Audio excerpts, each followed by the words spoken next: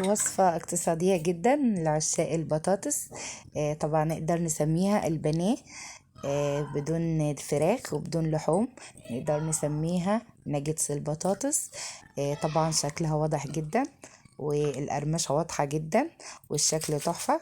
اسيبكم بقى تسمعوا القرمشة كده.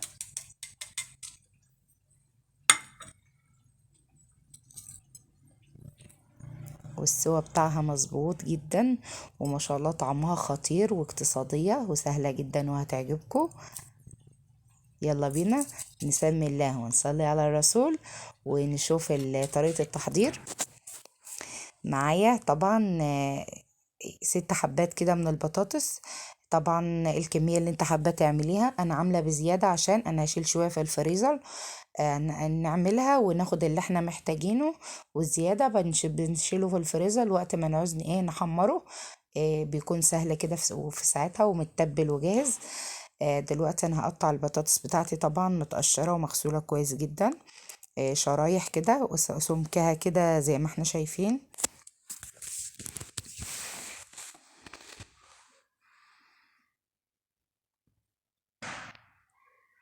بالشكل ده كده قطعنا البطاطس بتاعتنا كلها. دلوقتي انا هنزل عليها بمية مغلية.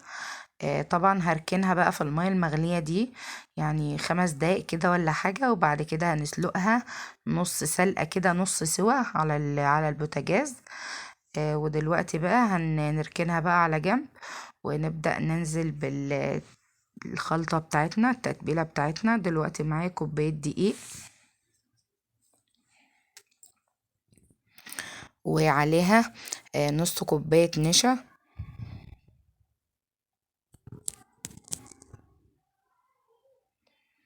وننزل عليهم بمعلقة كبيرة كاري،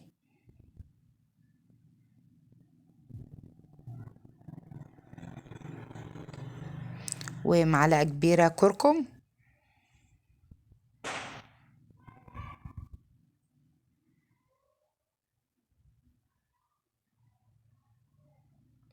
ومعلقة توم باودر،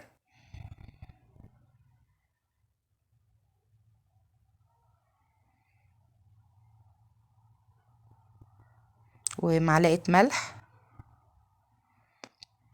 ومعلقة كبيرة من الفيجيتار، حر او بارد. انا مستخدمة فيجيتار حر، عشان كده ما نزلتش بشطة. لو انت هتستخدمي فيجيتار بارد هتزودي شطة. ومعايا نص معلقة فلفل اسود. ودلوقتي نقلب المكونات دي كلها كده مع بعضها.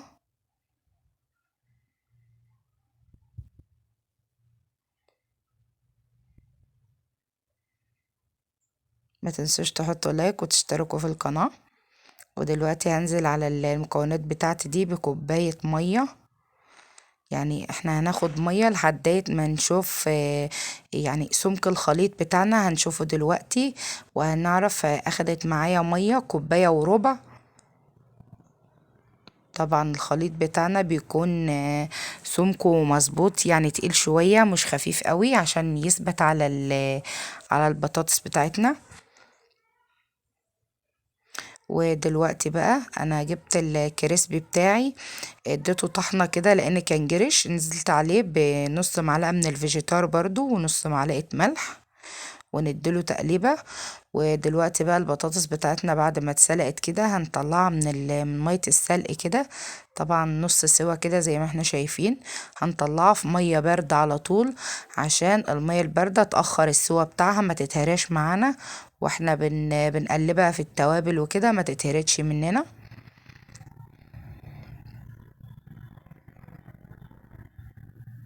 طبعا دي مية باردة.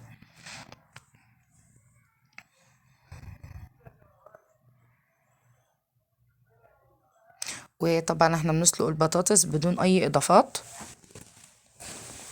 ولا ملح ولا اي حاجه، لان طبعا احنا نازلين الكريسبي بتاعنا بالملح، والخلطه بتاعه التتبيله فيها الملح واللي فيها البهارات.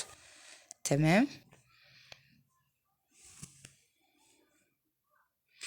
ودلوقتي بقى صفينا بقى البطاطس بتاعتنا كده بعد ما طلعناها في المية الباردة، صفيناها من المية الباردة. وبعد كده هننزل بقى بالخليط السائل بتاعنا كده بالشكل ده. ومن الخليط السائل هنطلعها في الكريسبي بتاعنا. طبعا دي الكريسبي بتاع البانيه معروف. ونقلبها بقى تقليبة كويسة جدا.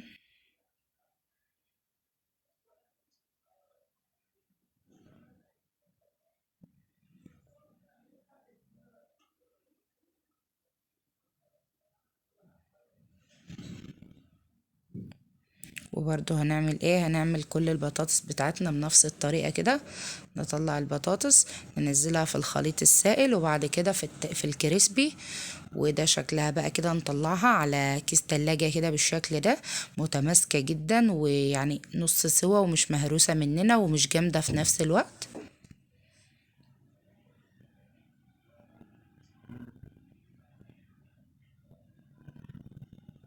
نكرر برضو بنفس الطريقة كده لحد ما نخلص الكمية كلها. وما تنسوش تحطوا لايك فضلا وليس امرا، وتشتركوا في القناة. بصراحة وصفة اقتصادية جدا، مش مكلفة، واكتر يعني كل مكوناتها موجودة عندنا في البيت. وطعمها تحفة تحفة تحفة، وهتعجب الأولاد طبعا في ظل الظروف دي. طبعا عايزين بانيه وعايزين مش عارفة ايه، فمش هيقدروا يفرقوا من الوصفة دي. بصراحة تحفة جدا.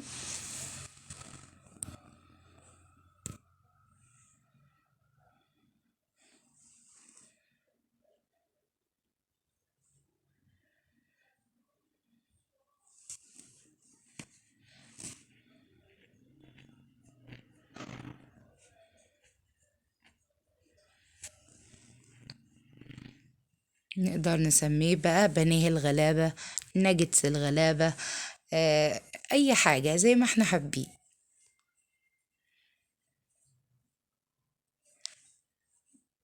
طبعا ده شكله بعد ما تبلناه. دلوقتي المفروض احنا بندخله التلاجة يعني ربع ساعة او نص ساعة، وبعد كده هنقليه. بس انا بصراحة دي كمية تانية برضو انا عملتها بعد ما قربت اخلص. انا بصراحة دخلته التلاجة 10 دقايق بس عشان كنت مستعجلة عشان اعمل للاولاد وكده. فدلوقتي هطلعه اقليه. ومش بيفك مننا ولا اي حاجة خالص، يعني ممكن نتبله ونقليه على طول في الزيت سخنة طبعا زي ما احنا شايفين، وكمية الزيت تكون غزيرة كده. طبعا انا بقلي في حاجة صغيرة كده عشان حجم الزيت. بس ما شاء الله كان جميلة جدا وما فكتش ولا حاجة، يعني ممكن برضو نتبلها ونقليها على طول فورا.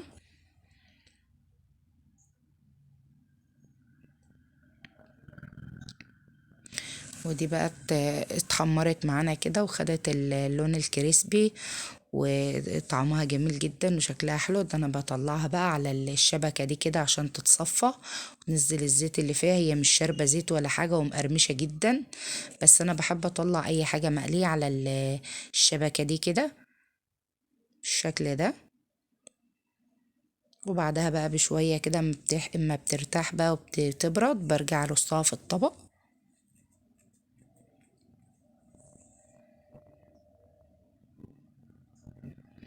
ما شاء الله انا عملت كمية كبيرة جدا وإلينا وكمية كبيرة، وفاض معانا كمية حلوة برضو سيبناها شلناها في الفريزر زي ما اتفقنا. ما شاء الله تحفة جدا وشبه الفراخ البانيه بالظبط، ومتبلة بقى وطعمها تحفة جدا ومقرمشة. وحطوا لايك.